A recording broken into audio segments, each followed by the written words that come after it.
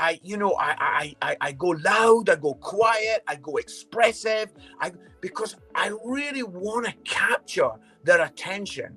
And when we think of the multi-million pound companies that are trying to grab our people's attention, we need to get our game together where we really are working hard.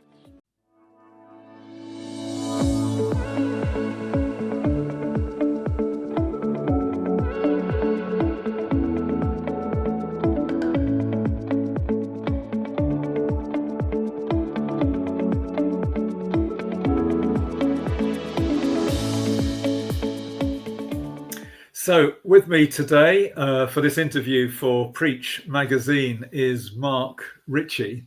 Now, Mark, I've been looking at your website, which is really very good.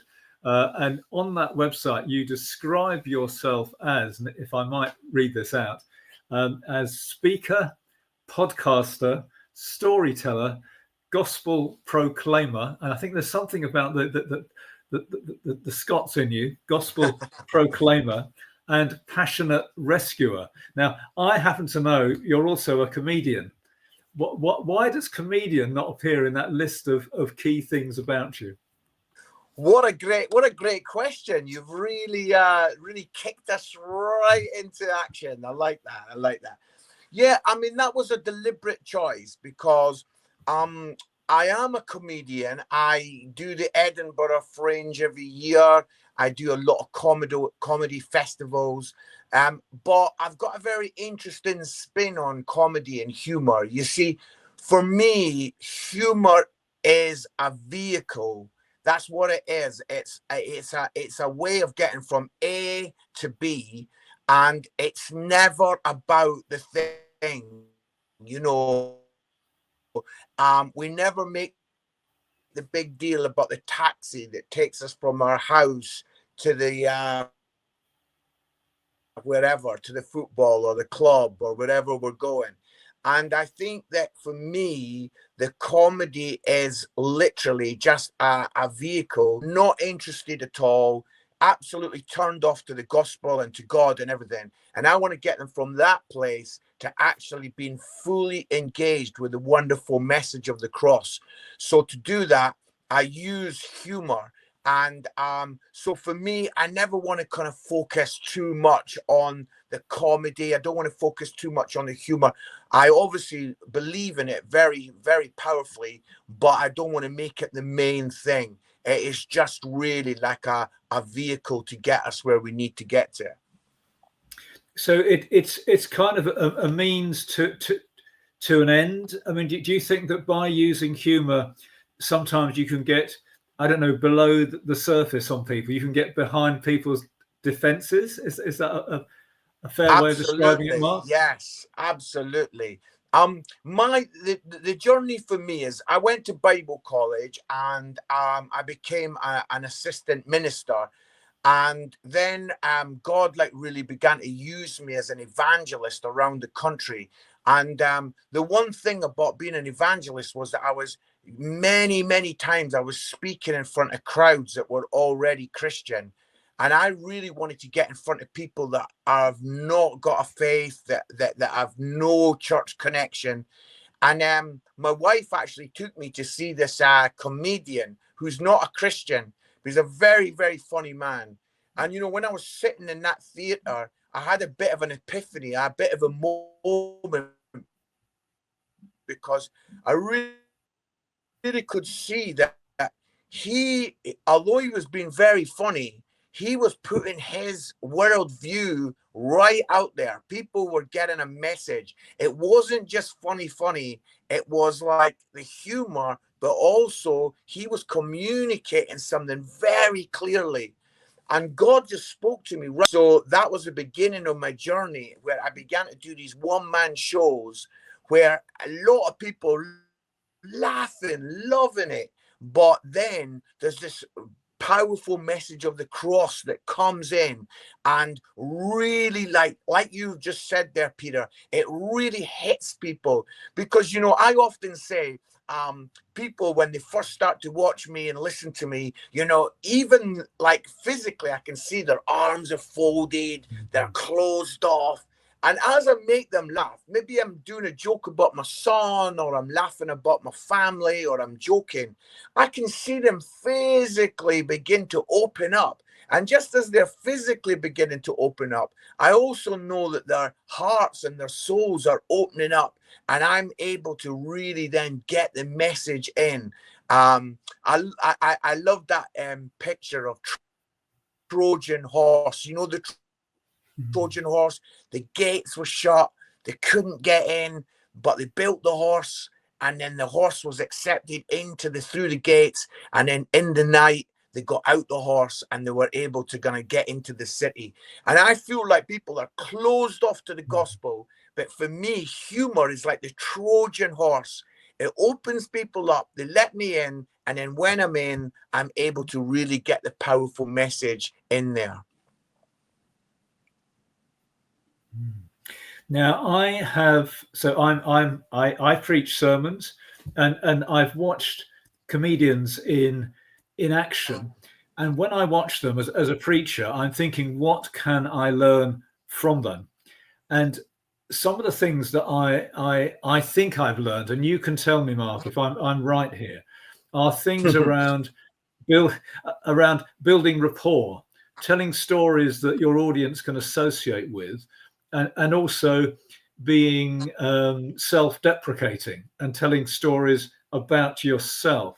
Are they the sort of techniques, it's not really the right word, but are they the sorts of things that you would use when you're communicating with an audience, Mark? And what are some of the other things that we as preachers can learn? Yeah, no, that's a great question, and I also want to just say I admire the fact that you are watching these comedians, thinking, what can I learn from them? Because I know that lots of preachers, they kind of maybe sometimes have a little bit of a snooty attitude towards, you know, comedians. They think that they're frivolous. They think that they're, you know, dumb. And I really am in the same camp as you. We can learn from these communicators. So I think there's one that I'll come on to in a minute, but just to address the couple that you mentioned there, which are really good. Firstly, the thing about connection, you see, how I say it is like this, you know, when you go to the petrol pump, you have got that rich resource, and it's right there in the petrol pump, and you need it to get into your car. Now, it does not matter how amazing that petrol is. If you cannot get the petrol pump connected into your car, then what's going to happen is that the rich resource is just going to go everywhere, and it's not going to go where it needs to be. And this is what I would love to say to many communicators. They have got such great material. They've got rich words. They've got life-changing principles. But many times they do not work on making the connection with the crowd. They do not think about how can I connect with the people that are in front of me. And if you do not work on how you're connecting with those people, what happens is that beautiful, rich resource, the thing you've worked on for hours, the thing on your book, the pages and pages of notes, they just get sprayed everywhere and unfortunately lost to the wind. But if you can make that connection where now you've got that wonderful pipe flowing between what God's given you to say and the people that are listening. And that's why I often believe that, like, and it doesn't always have to be comedy. I obviously use comedy because that's what I feel gifted in doing. But you know, an anecdote, like you say, when preachers talk about their own weaknesses or when they laugh at themselves, everybody in the crowd really resonates with that, and there's a connection built. You know, all kinds of things can be that connecting point. But I really, really want to urge, you know, many of us, I mean, Peter, you seem like a very nice man, very polite. So you're not a Scottish rough guy like me. So maybe you wouldn't say it like this. But I have seen many preachers who've got wonderful things on their notebook. They've got wonderful things on their iPad, but they have not done the job of connecting with the crowd. And so therefore it is lost. And people that read their sermons, people that kind of make no eye contact, people that use no skill of kind of actually, we want to get this really good stuff into the people that are in the room. And so that would be one of the big ones. And then I kind of like another one for me about like the comedians is that they are absolutely editing all the time their words. They kind of cut the waffle out. There's this thing with comedians where they talk about get to the point, get to the punchline as quick as you can. And, one of the big things that I would want to say to preachers is, you really do need to kind of be brutal and editing out the sort of waffle and the unnecessary words. Preachers are bad for using 50 words when they could maybe use one sentence. And, to really cut out, edit that unnecessary words. Part of my job is that sometimes I'm preaching 7 minutes, or in other places I have to speak, I'm only given 11 minutes to speak. And, those sermons are more difficult to prepare than when you've got an hour or 50 minutes. Because, when you've got 50 minutes in an hour, you can, yes, waffle, you can be lazy in your language, you can kind of just like, it's quite fat, it's quite, lot of surplus words. Whereas what I'm trying to do all the time now is to cut out the waffle, cut out the jargon, cut out the unnecessary words, and get to the point as quick as I can. So I think you've led me into asking you the question, what is, in your view, the optimum length of a sermon? Given people's attention spans these days, people are using social media, watching very short form video. What do you feel about length of sermons? No, great question. And for me, the American Super Bowl, when they have the big, American football games, people say to me, Mark, what can you say in 9 minutes? What can you say in 11 minutes? And I'm saying companies in America pay millions and millions of dollars to get 50 seconds, to get 1.5 minutes on the halftime show at the Super Bowl. So clearly we can get a message over quickly. And so I try to different contexts ask for different things.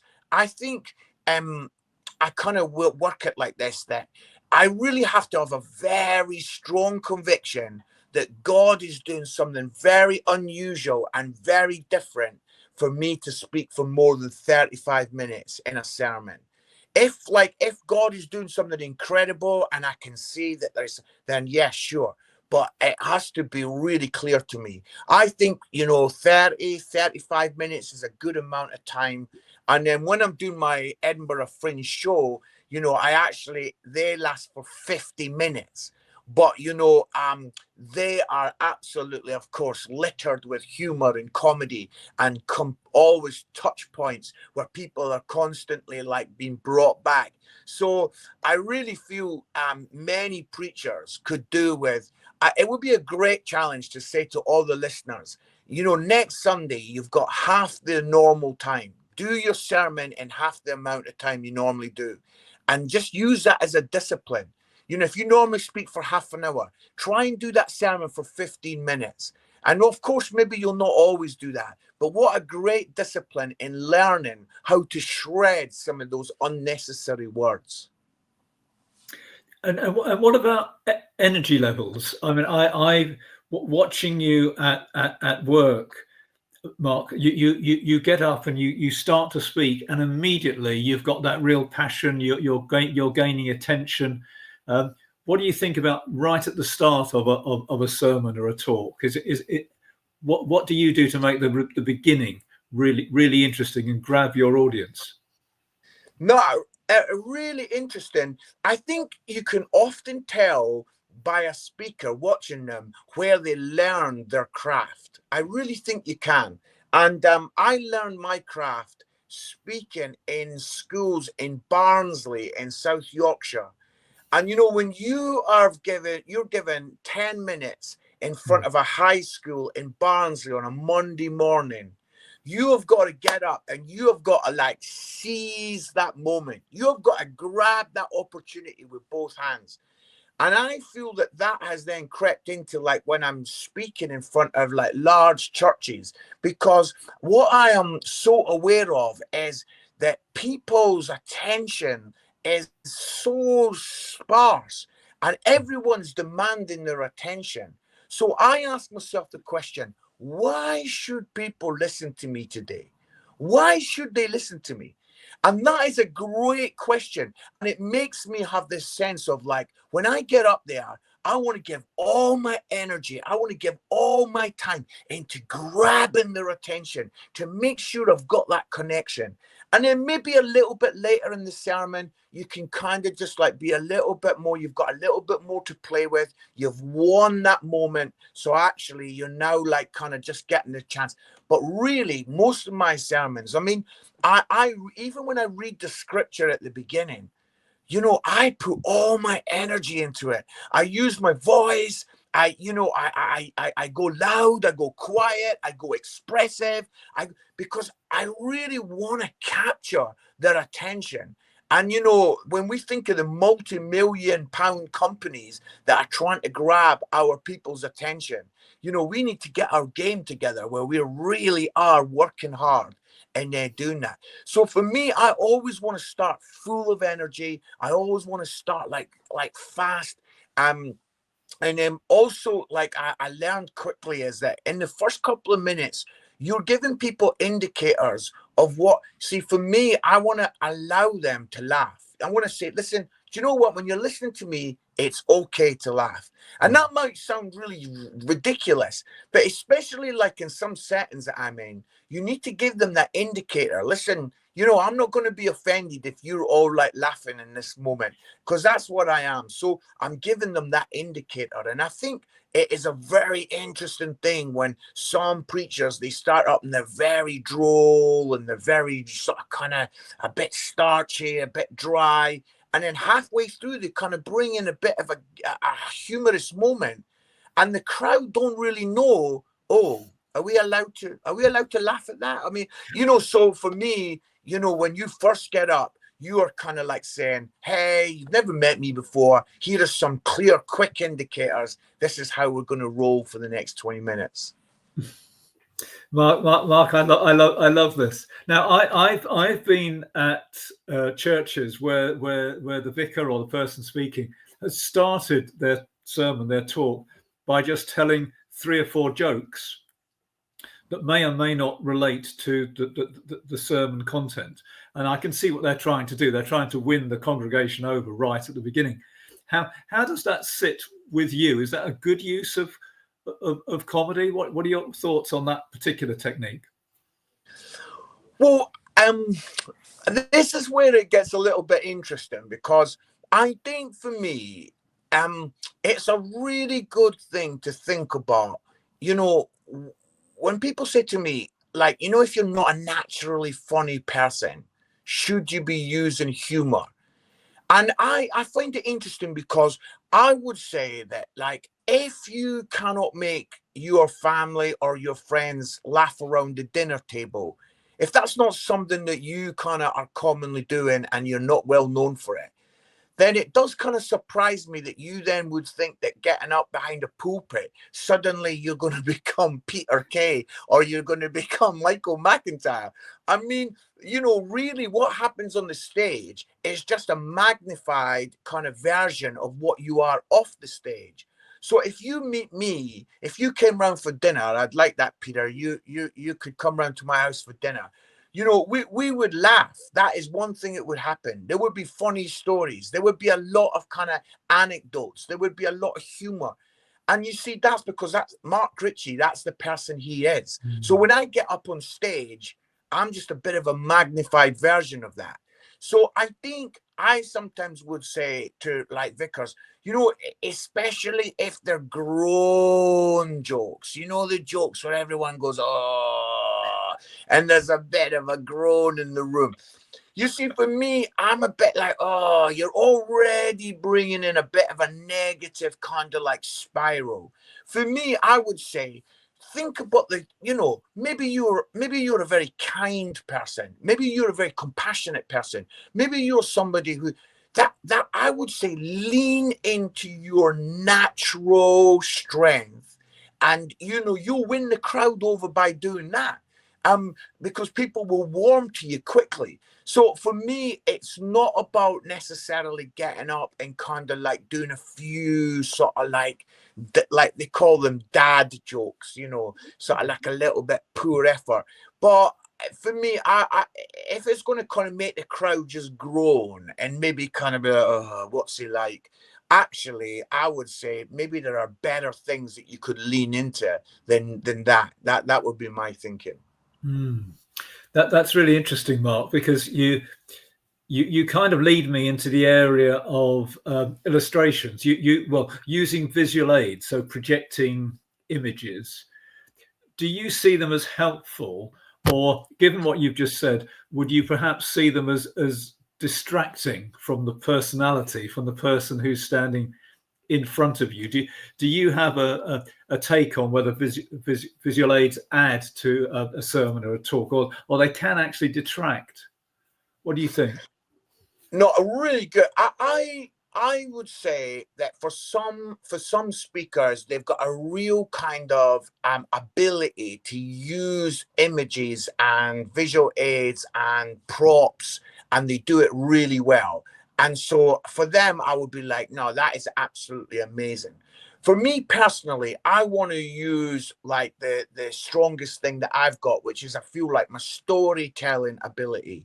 So I would not use them because I'm capturing the story with like my actions, with my voice, with my kind of, and to put then images up behind me, that I find that then detracts from what I'm trying to do. So I would say for some people, you know, definitely, it's kind of like, you know, work out, use them, see what you think. I personally, now if I do some teaching, I do a course called Soul Focus. Now, when I do my teaching, and that is kind of like in a setting where people are behind it, I would use images then, and that for me is fine. So I kind of use them when I feel like I want it and need to use them, but I'm not somebody who would maybe be constantly putting things up on the screen. Or and there have been times in the past where I've used kind of props, and that's worked well.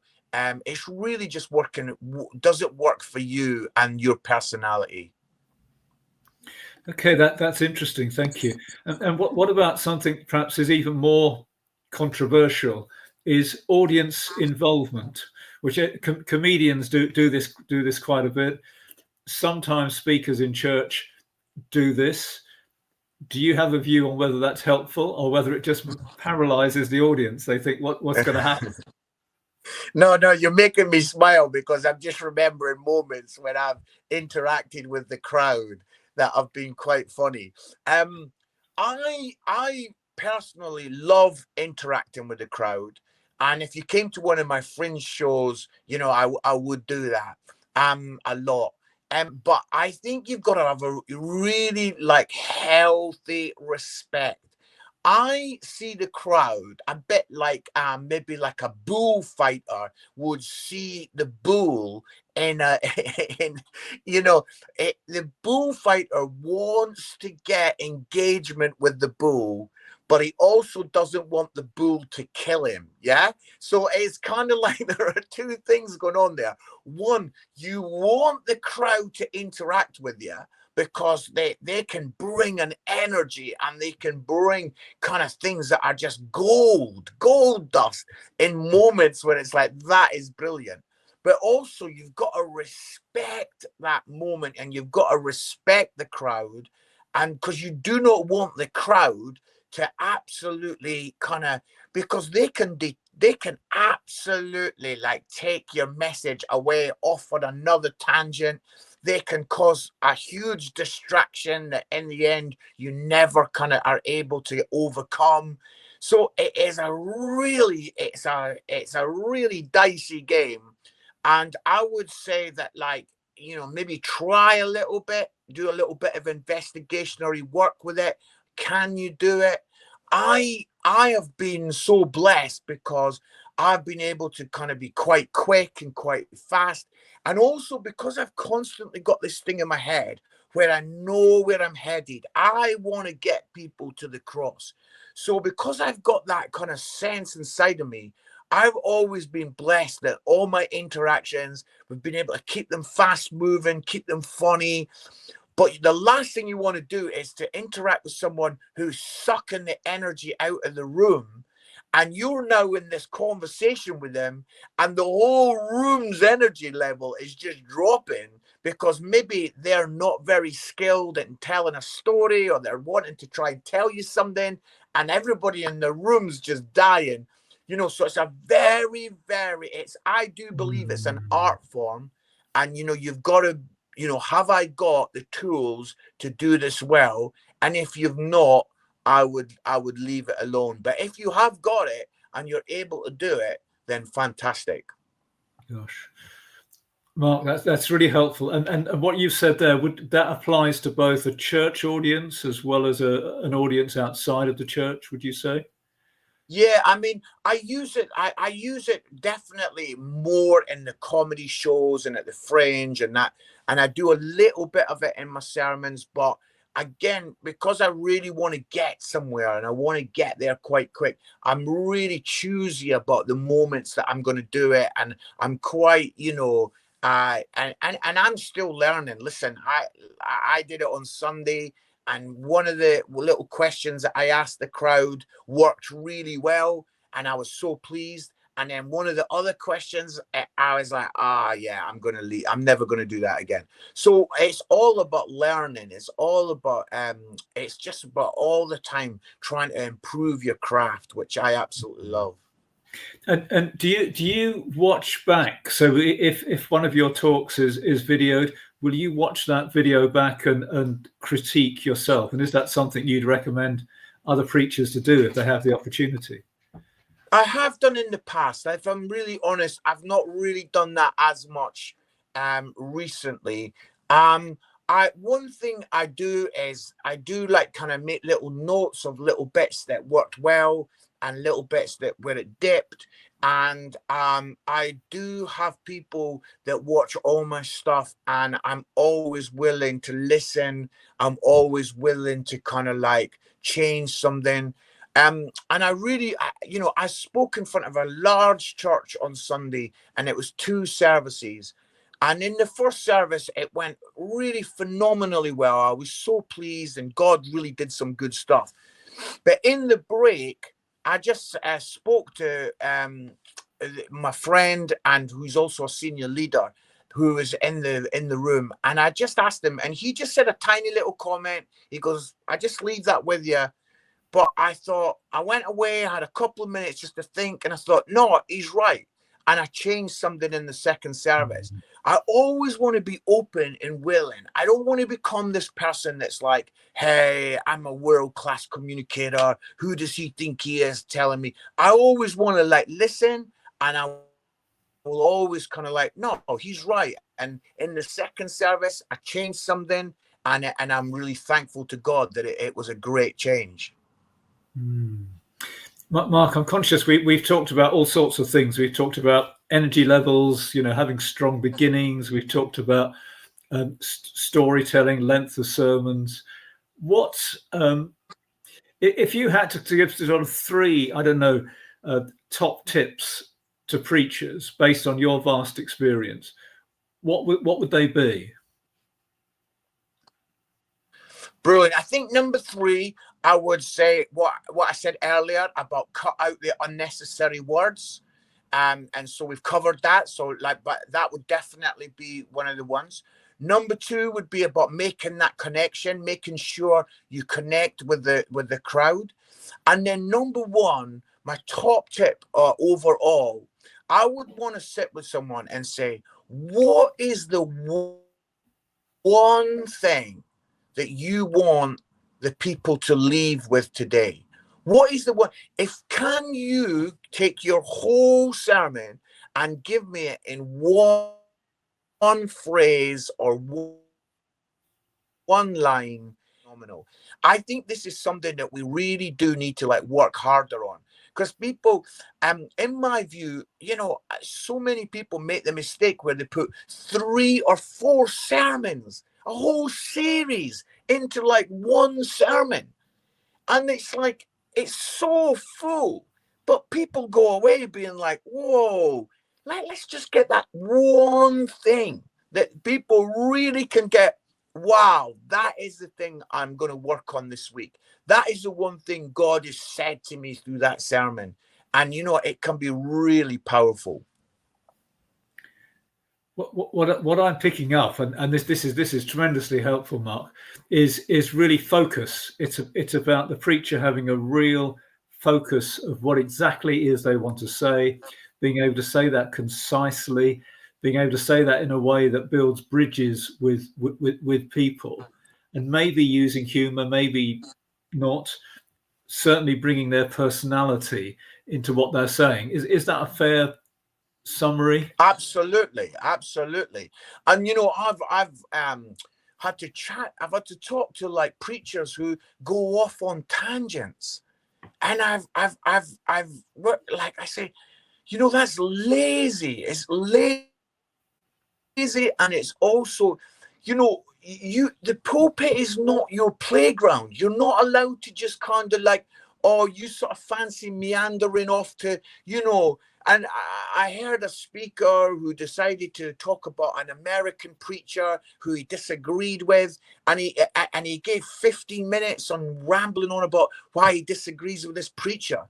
And when he told me that, I listened to his talk, and honestly, Peter, I'm a nice guy. I'm coming over as a bit brutal, but I'm a nice guy. But I said to him, I would never do that. The pulpit is not a place for me to have a pop at other ministries. I would never do that. I would never name another preacher. I would never, for me, it is exactly what you're saying. The focus of me being up there is to take people from a place where maybe they're far from God and bring them right close into God. That is my focus. So I said to this guy, that 10, 15 minutes of you rambling on about that that was totally unnecessary. And without even getting into the morals of whether that's right or wrong, leave that aside for a minute. I said to him, as a communicator, that was terrible. You've taken everyone's mind right off onto a completely different place. And so I really gave him a hard time about that. Look, Mark, thank you very much. This has been a really interesting conversation. I've learned a lot. I think many people listening to this, watching this, will have learned as well. So thank you very much for your time.